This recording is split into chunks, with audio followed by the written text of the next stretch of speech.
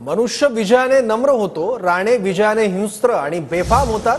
कोकणातून शिवसेना संपवली या राणेंच्या टीकेला सामनातून हे उत्तर देण्यात आलंय। राणे आणि त्यांच्या कुटुंबाला शिवसेनेनं 3दा धूळ चारल्याचं सामनानं लिहिलंय।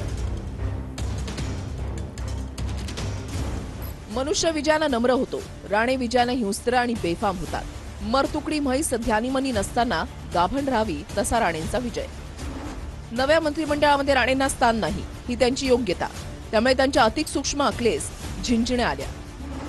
राणे कसेबसे जिंकले पण भाजप हरला।